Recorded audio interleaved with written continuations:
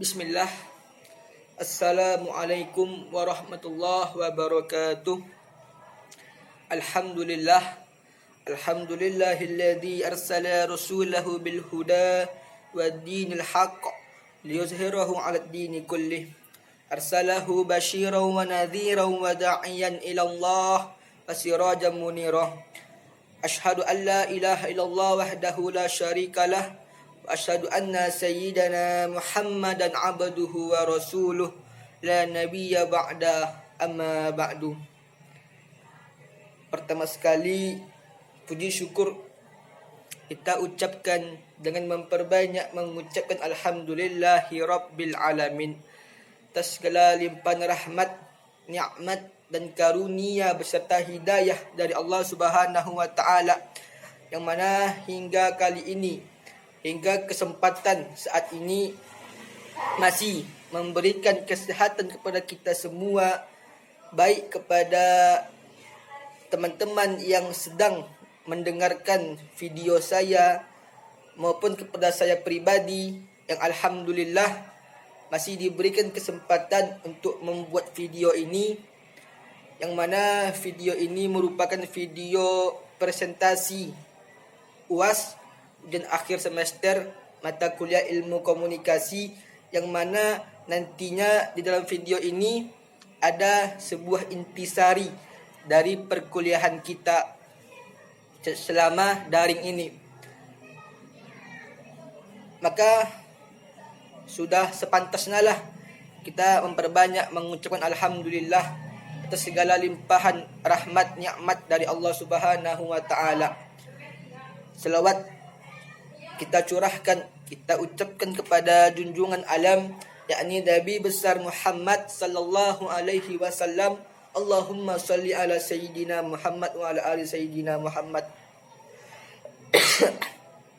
Sebelumnya yang sama-sama kita hormati, yakni Al-Mukarram Al-Ustaz Bapak Dosen Melfa Nelodi MA. Semoga Bapak selalu diberikan kesehatan dan keselamatan dari Allah Subhanahu wa taala dimanapun Bapak berada. Amin amin ya rabbal alamin. Baiklah, pada video kali ini saya akan menjelaskan mengenai intisari dari perkuliahan ilmu komunikasi selama pembelajaran daring ini. Kita mulai dari kelompok 7, yang mana kelompok 7 ini membahas mengenai bentuk komunikasi kelompok. Komunikasi sebagaimana yang kita bahas sebelumnya, bahwa komunikasi ini merupakan proses penyampaian pesan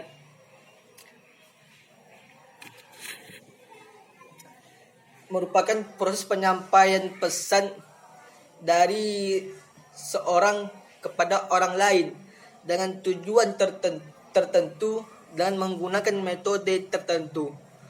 Nah, kelompok, jika kita berbicara mengenai kelompok, kalau secara sepintasnya bisa kita artikan kelompok ini merupakan gabungan dari beberapa person-person atau individu-individu. Jadi komunikasi kelompok adalah proses komunikasi yang dilakukan antara seorang komunikator, penyampai atau pemberi pesan dengan sekelompok orang yang jumlahnya lebih dari 3 orang. Nah, dalam komunikasi kelompok ini ada ciri-cirinya. Yang pertama itu adalah direncanakan. Apa maksudnya? Itu ada kesengajaan yang mendahului sebuah komunikasi itu. Yang kedua, berstruktur. Maksudnya tidak asal-asalan, terstruktur, tersusun rapi. Yang ketiga, yaitu semi formal dan formal. Semi formal ini adalah untuk kelompok yang jumlahnya sedikit atau kelompok kecil. Sedangkan formal ini untuk kelompok yang jumlahnya lebih besar. Nah, selanjutnya ciri-ciri komunikasi kelompok ini adalah partisipan komunikasinya berjumlah lebih dari 3 orang. Contoh komunikasi kelompok kecil di kelas misalnya. Dalam pembelajaran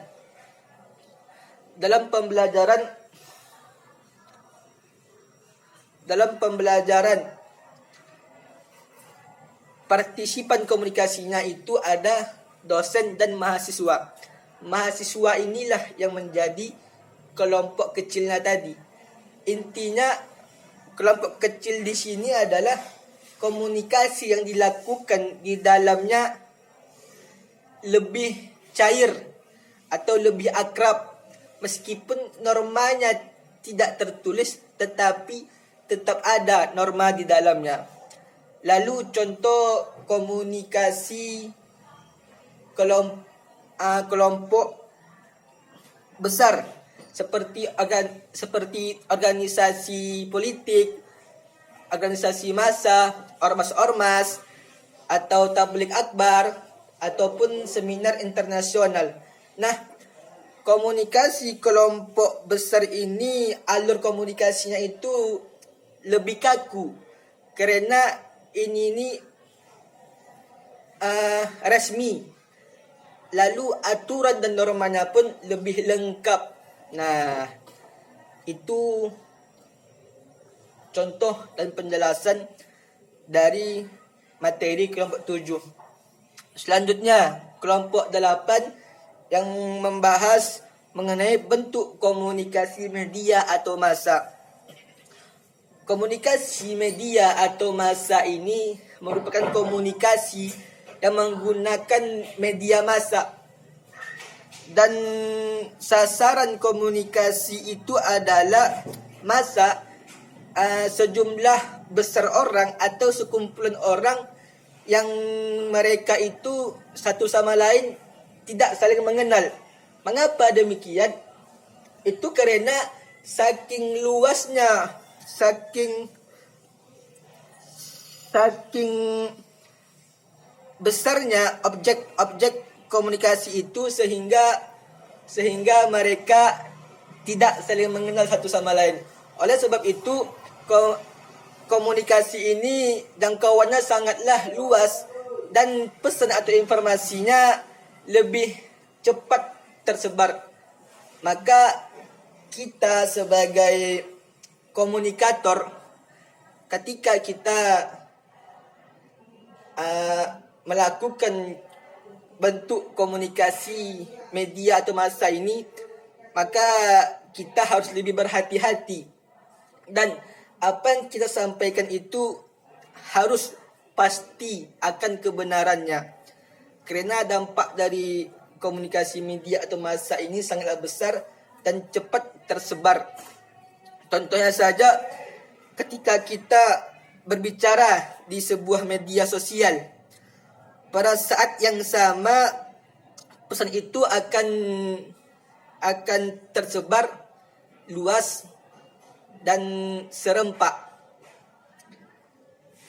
Mungkin itu penjelasan mengenai kelompok 8. Selanjutnya adalah kelompok 9, yaitu materinya mengenai prinsip-prinsip komunikasi efektif. Komunikasi dikatakan efektif ketika pesan yang disampaikan oleh komunikator bisa dipahami oleh para pendengar atau audiens, dan audiens atau para pendengar tersebut mampu atau bisa berbuat sesuai dengan keinginan dari sang komunikator tadi. Lalu apa saja prinsip komunikasi yang efektif ini? Yang pertama adalah respect. Apa maksud respect? Maksudnya di sini rasa hormat terhadap lawan bicara. Lalu prinsip komunikasi yang efektif yang kedua adalah empati. Itu kemampuan menempatkan diri terhadap situasi atau kondisi yang tengah dihadapi oleh orang lain, sehingga komunikasi itu dapat berjalan dengan baik sesuai dengan situasi lawan bicara saat berkomunikasi. Lalu prinsip komunikasi efektif yang ketiga adalah dapat didengar. Yang keempat, jelas. Harus jelas apa yang kita sampaikan itu. Lalu yang kelima adalah humble. Di sini rendah hati. Memberikan kesempatan kepada orang lain untuk berbicara terlebih dahulu. Dan ketika mereka berbicara, kita menjadi pendengar yang baik agar respon yang kita berikan atau feedbacknya pun akan sesuai.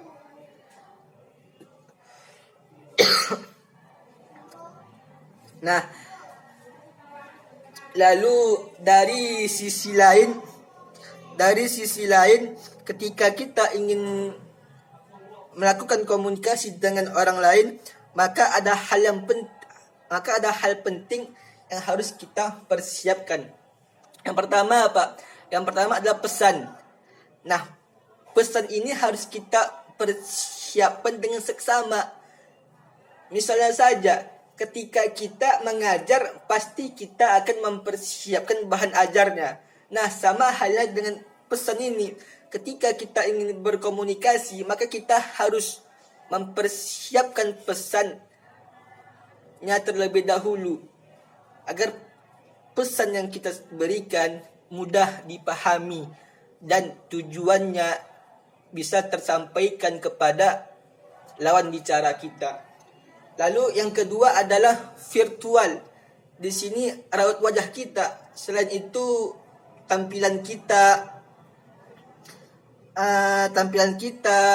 cara berpakaian kita, keserasian pakaian kita, semuanya harus tampil prima. Karena itulah menjadi fokus penglihatan orang. Yang ketiga adalah voice, suara. Suara kita harus jelas. Berbicara itu dengan artikulasi yang jelas dan intonasi yang sesuai dan tepat. Nah, itu harus kita persiapkan ketika kita ingin melakukan komunikasi dengan orang lain, agar komunikasi itu efektif nantinya. Lalu selanjutnya adalah kelompok 10. Yang mana kelompok 10 ini membahas mengenai public speaking. Apa itu public speaking?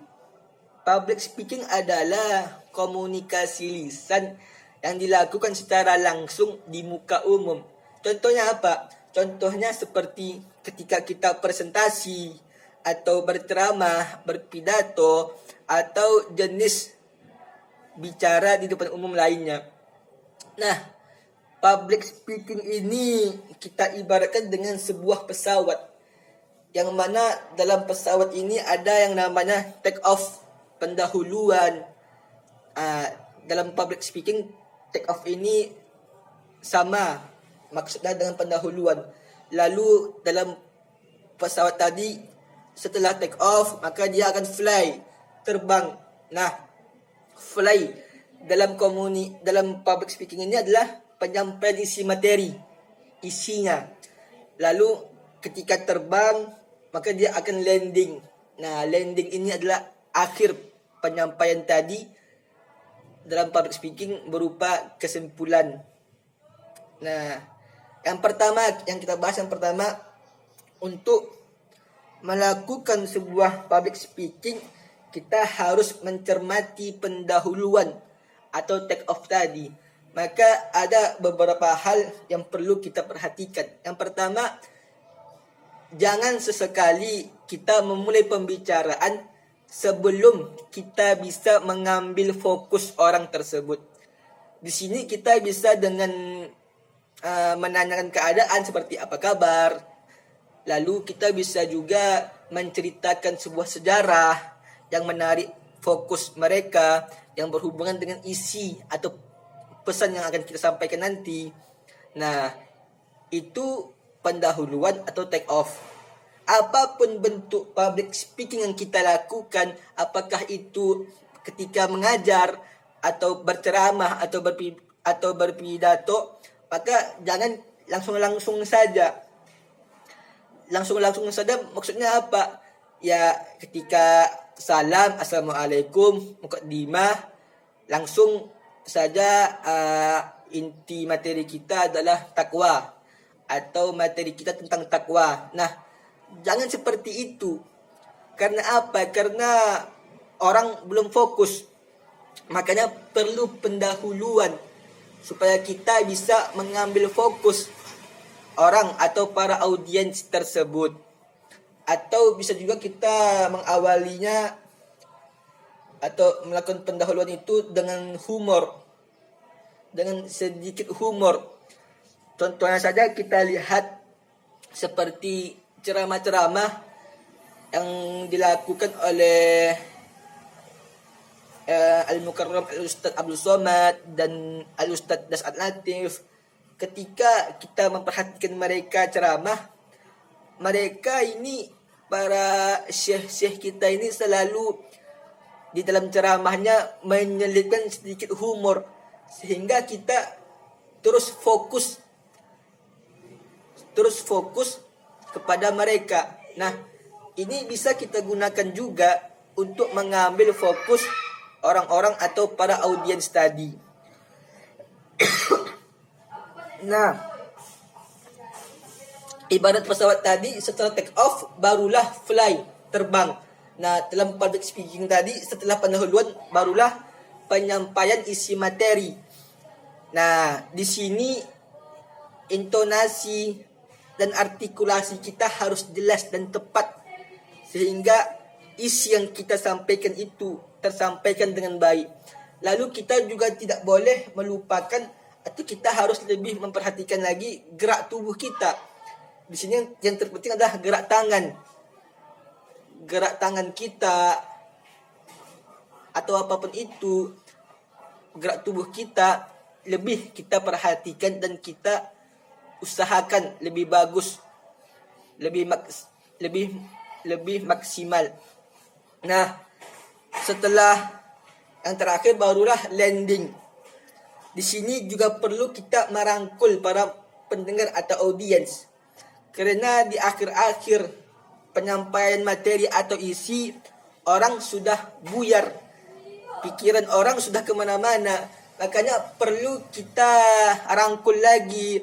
Perlu kita grabbing lagi. Apakah dengan mengulang sapaan kita seperti jamaah, oh jamaah, atau you understand, atau apakah bisa dipahami. Nah, setelah kita sudah mengambil fokus mereka kembali, kita sudah mengambil fokus para audiens tadi, maka barulah kita menyampaikan kesimpulan dari isi atau pesan yang kita sampaikan tadi.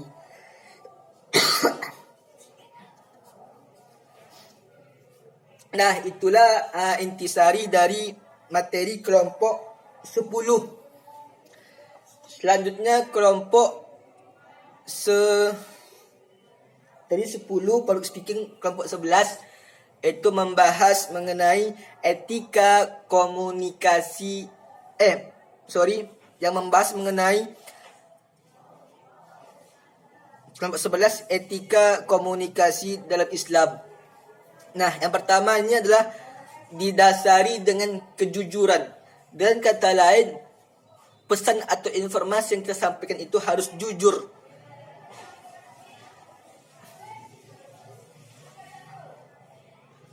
Harus jujur, karena dalam Islam sendiri kita diajarkan untuk jujur dan tulus. Yang kedua adalah benar. Informasi atau pesan yang kita berikan itu harus benar. Tidak ada sedikit pun kebohongan di dalamnya. Benar di sini harus memenuhi standar agama Islam dan norma-norma yang ada. Lalu etika komunikasi dalam Islam yang ketiga adalah harus tepat. Di sini adalah sesuai dengan situasi dan kondisi. Yang keempat, relevan. Ketika orang bahas A, maka kita juga harus membahas A.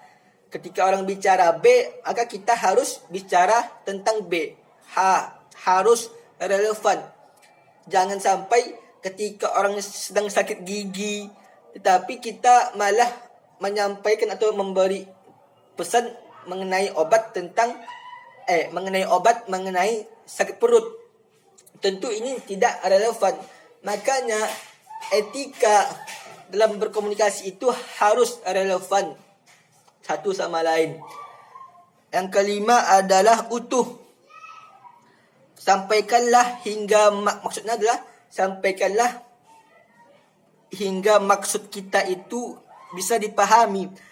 Jangan sampai membuat orang menjadi penasaran dan jangan sampai menggantungkan pesan tersebut sehingga menyebabkan orang akan bertanya-tanya. Makanya ketika kita menyampaikan pesan itu harus utuh, harus detail agar lawan bicara kita bisa menerimanya dan memahaminya. Lalu etika komunikasi dalam Islam yang keenam di sini adalah menggunakan kata-kata atau perkataan yang mulia, yang baik dan pantas untuk didengarkan oleh orang lain. Yang ketujuh, lemah lembut dan mudah diterima. Selanjutnya, kelompok 12 materinya tentang hubungan komunikasi dengan pendidikan. Mari kita bahas apa itu komunikasi pendidikan. Komunikasi pendidikan adalah proses penyampaian pesan yang berisikan gagasan atau materi pembelajaran dari seorang guru atau pendidik atau pengajar kepada peserta didik untuk dapat menghasilkan suatu tindakan atau perubahan perilaku. Nah, dengan demikian hal ini menunjukkan erat kaitannya antara komunikasi dengan pendidikan itu sendiri. Yang mana untuk menghasilkan proses pendidikan yang efektif, maka diperlukan proses komunikasi yang efektif juga. Berikut ini ada beberapa prinsip dasar komunikasi yang dapat dilakukan guna memaksimalkan proses pendidikan. Yang pertama adalah menyamakan persepsi. Ini sangatlah penting. Supaya apa? Supaya guru atau pendidik dengan peserta didik tadi sama-sama memiliki kesamaan pandangan. Nah, ini terkait mengenai hal-hal yang berhubungan dengan pembelajaran tadi. Lalu yang kedua adalah melatih komunikasi verbal. Yang ketiga, melatih komunikasi non-verbal. Karena komunikasi verbal dan non-verbal inilah yang sering digunakan oleh guru atau pendidik di dalam melakukan proses pembelajarannya. Lalu yang keempat adalah mendengarkan dengan baik, dan yang kelima adalah merespon dengan baik. Nah, itu. Lalu selanjutnya kelompok 13 terakhir materinya tentang hubungan komunikasi dengan dakwah. Jika kita berbicara mengenai hubungan, pasti ada di dalamnya persamaan dan perbedaan. Persamaan yang paling mendasar dari komunikasi dan dakwah ini adalah sama-sama kegiatan menyampaikan sebuah pesan atau informasi. Sedangkan perbedaannya terletak pada metode. Di komunikasi, metode tidak termasuk ke dalam elemen atau dasar-dasar atau unsur-unsur komunikasi. Sementara dalam dakwah, metode adalah unsur atau elemen yang tak terpisahkan dalam dakwah itu sendiri. Selain itu, perbedaan yang mendasar lainnya adalah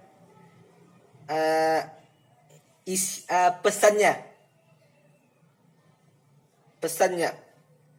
Dalam komunikasi, pesan tersebut lebih bersifat umum.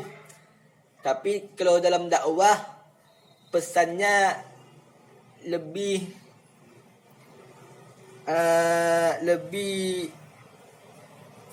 pesan yang disampaikan itu baik, yang bersumberkan dari Al-Quran dan hadis, dan bersifat amar ma'ruf dan nahi mungkar. Nah, jadi hubungan komunikasi dan dakwah ini juga penting, karena dalam berdakwah kita juga memerlukan komunikasi yang baik. Makanya komunikasi dengan dakwah tidak bisa kita pisahkan, karena keduanya saling berhubungan satu sama lain. Mungkin sekian yang saya sampaikan mengenai intisari perkuliahan ilmu komunikasi dari kelompok 7 sampai kelompok 13. Sekian dari saya. Jika ada salah kata ataupun perbuatan, saya mohon maaf.